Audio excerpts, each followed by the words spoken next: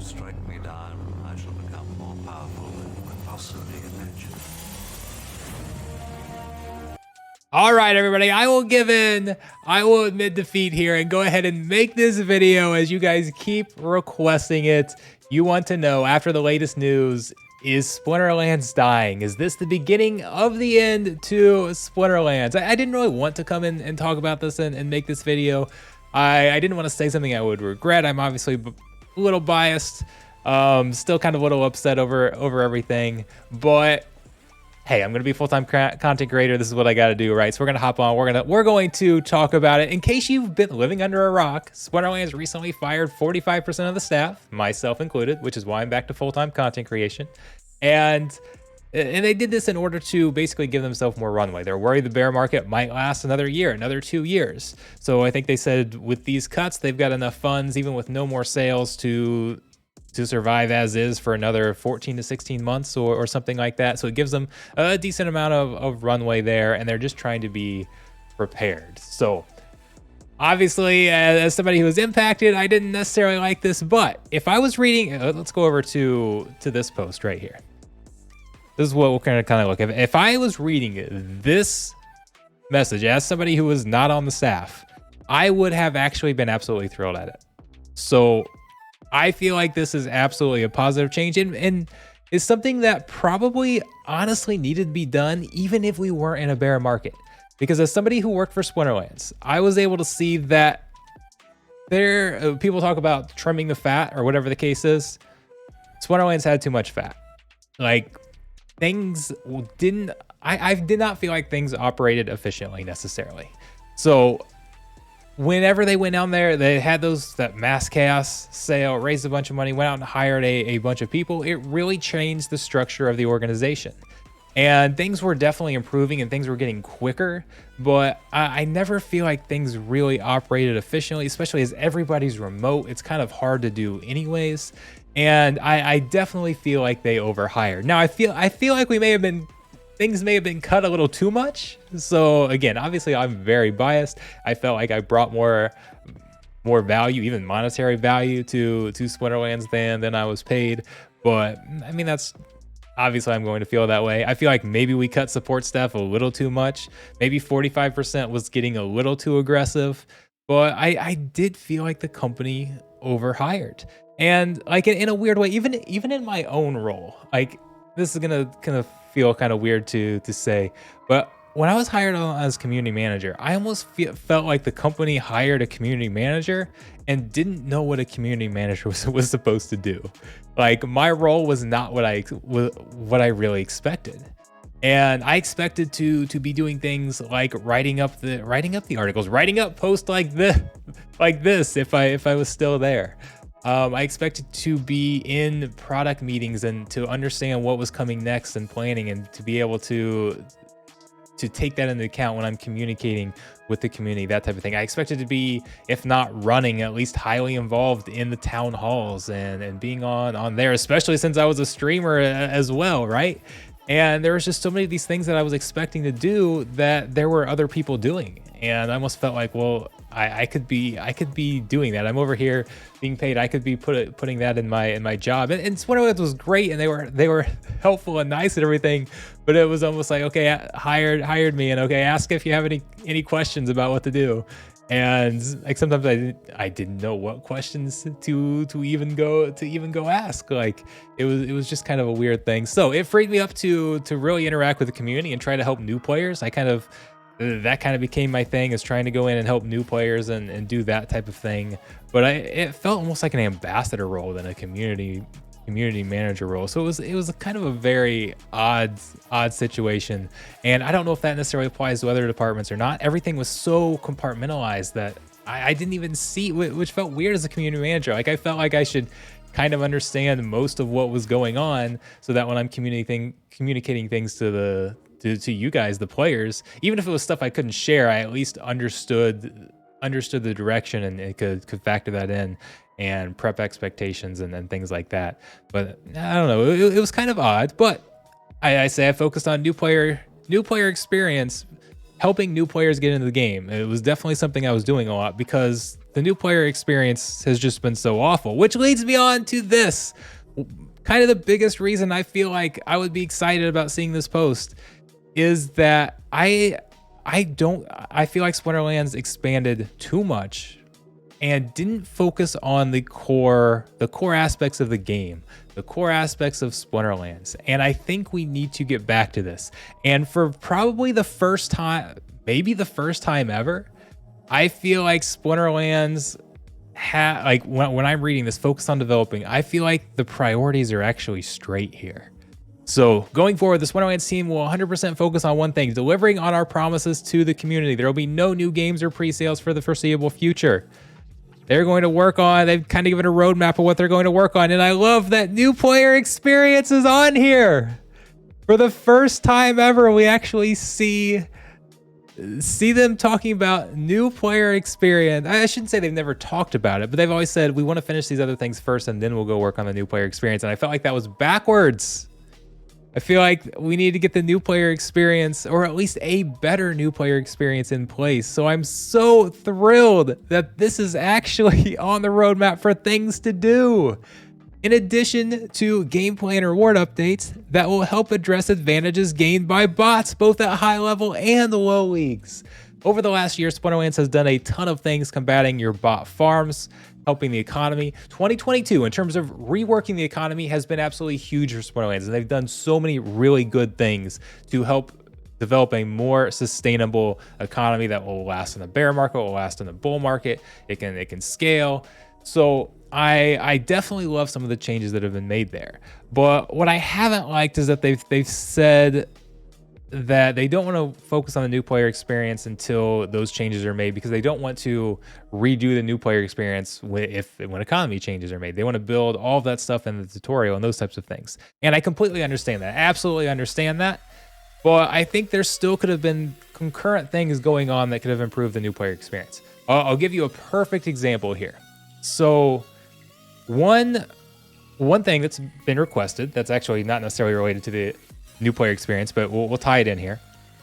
Custom challenges. People have wanted the ability to send custom challenges where you can not only choose your league, but you can choose the mana cap. You can choose what rule sets you want, what splinters are allowed, and do things like that. And that would be a lot of fun. Allow people to theorycraft, to test out certain teams against other teams, to maybe host some custom tournaments that are fun, where it's like, okay, we are running a tournament that is every battle has sneak. So we're gonna do challenges, and they all have sneak, or whatever the case is, just to do kind of a wacky tournament. So, and Splinterlands has essentially said that that's not something that it doesn't have a high enough impact to really go add that in. It's not going to be worth the development time. Like, it's something that we like, it's something that we think would be cool, but it's not a high enough priority. And I've kind of agreed with that until we had a third party come to us and say, I would like to build a tutorial system, and where new players could come in and we could set custom battles for them so they could learn to play the game, and we could give delegation rewards. So when you come in and complete that, then you get like, at one point when people signed up on my affiliate link, I was giving everybody a Mylor for a week. So maybe something like that, maybe not exactly like that, but have delegation rewards or things like that to encourage people to play through the tutorial and to help them learn the game. And I was like, okay, this is awesome. This changes things. So now we go from a feature that everybody wants, but maybe doesn't have a huge impact, to this could have a major impact. And Splinterlands still didn't really have much interest in it. And that was something that I kind of disagreed with, because, like, again, if you have a chance to add a feature that everybody wants anyways, but then you can get a third party to develop that tutorial system, which could be a bridge to our own. One of the reasons was we don't want that to be the tutorial system. We want to design a better tutorial system. We have higher, like we think we can do it so much better, and we can have this awesome system that integrates the lore and teaches the economy and all that stuff. And yeah, that's great. That's awesome. But if that's going to take a year to get there, and we could do a little simpler thing over here on the side to allow other third parties to come in and bridge that gap, I feel like that. I feel like that should have been a higher consideration, and we could have really focused on things like that together. So we'll see what this means, what new player experience means, and what they decide to do with it. But I just feel like it hasn't been a high enough priority in the past, and seeing it on this list makes me feel like maybe it's bumping up the priority list. I don't know what exactly they're going to do, but maybe things will bump up. But in general, I just feel like things have expanded too much, and we need to get back to focusing on the core game and improving that experience. Like another example here, Roonies. So, and Roonies should be on here now because they exist. We want to give utility to them and that type of thing. But Rooney is a project that I feel like should not have been worked on yet. It's an awesome project. I absolutely love it. I understand why the team was and continues to be excited about it. It is a really cool thing. Okay, I'm definitely not bashing Rooney, but I feel like we shouldn't have delayed Rooney. Rooney shouldn't have come before the new player experience. It shouldn't have come before land. It shouldn't have come before some of these other things. And I think Rooney would have been much more successful if we had a better new player experience. So when we got all this attention from Rooney, like we could have actually converted them to players easier. So I feel like if Splinterlands focuses on these things and they say, okay, we're getting back to delivering on our promises, getting back to building the things that we've said we're going to build and focus on the core gameplay, I'm actually super excited about that. That makes me more bullish about Splinterlands now than I was before. Even if I'm not on the team anymore, I love the refocus, and I hope this was just kind of a wake-up call for Splinterlands that, okay, we need to scale back a little bit, and we need to get back to doing what we do best, what's made us successful to begin with, and not having all these pre-sales all the time and these other things. And I still love the setup. I still believe in play to earn. I still believe in the Splinterlands economy, but we need to get these things out. Like I'm super excited about what the game's going to look like when we have tower defense out there as a second product, when we have land, when we have a better new player experience. Like I see the vision, and I see a future Splinterlands that is just absolutely awesome and could attract millions of players. And it feels like we kind of got too spread out a little bit and just weren't focusing enough on really that core vision with the base Splinterlands game. And I mentioned tower defense. That's being worked on by another company. So that's kind of a whole different direction. And I think doing things that way is great. Like when you can expand out by having another game company come in and build a game for your platform, that's a great way to expand. But some of these other things, I think we just kind of got stretched a little too thin, and I'm actually excited to see things getting back to this. And I think the team can be much more efficient working with a smaller team. And I still think we're going to see some good things coming. So anyways, that's my thought as a former Splinterlands employee. So I don't know. What do you guys think? Are you keeping all of your assets? I know some people sold out. We saw prices go down a little bit, but not too much. Not too much. I still believe in everything. I'm not going anywhere. I'm going to be expanding out to other things and working with other sponsors and working with other games to try and kind of fund the channel as a full-time content creator. But I'm not going anywhere. I'm going to still be making Splinterlands content. I still a believer. I'm not selling any of my assets unless I have to. I'm not going to sell any assets because I don't believe in the product or anything like that. I still think we've got good things coming forward, and I think next year is going to be a big year in terms of development for Splinterlands. And if they can get these things done by the time a bull market hits, like Splinterlands is just going to absolutely take off the next bull market. So it's one thing to say they're going to focus on this, another thing to actually go out and put it all together and develop it and do it. So we're still a little ways away, but I'm quite happy with the directions that the company has chosen to take. So thanks a lot. All the support this week has been absolutely amazing. You guys have been so awesome. I appreciate it. Whether it's just the comments, so much love in the comments, so many donations coming in to support the channel.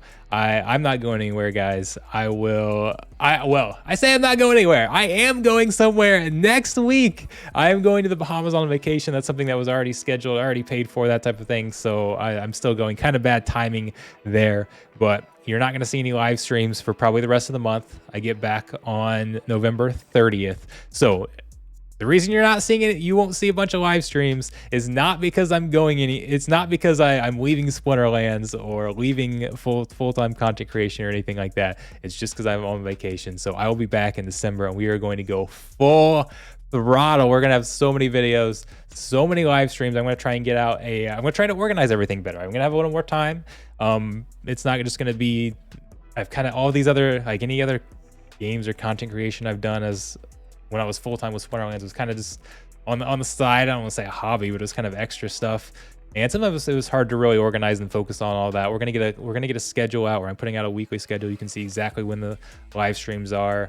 We won't have, previously it'd be like, okay, I'm get a chance to test this game today. Let's just pop it up in an hour and in the live stream. And no, I'm going to schedule everything in advance so you guys can see what's coming, and hopefully it'll make it easier for everybody to follow the channel. I'm going to reorganize the Discord, focus on that type of thing. So you'll see a lot of changes coming, and it's going to take a little bit of time as I take a week off or so. But come December, things are going to go full throttle, and we are going to have some fun. So I hope you guys stick around, sub here, check out Twitter, Twitch, all of those places. Come to my Discord. We're having Discord contests in there. Absolutely, things are going to ramp up. So I will see you guys there. Thanks once again.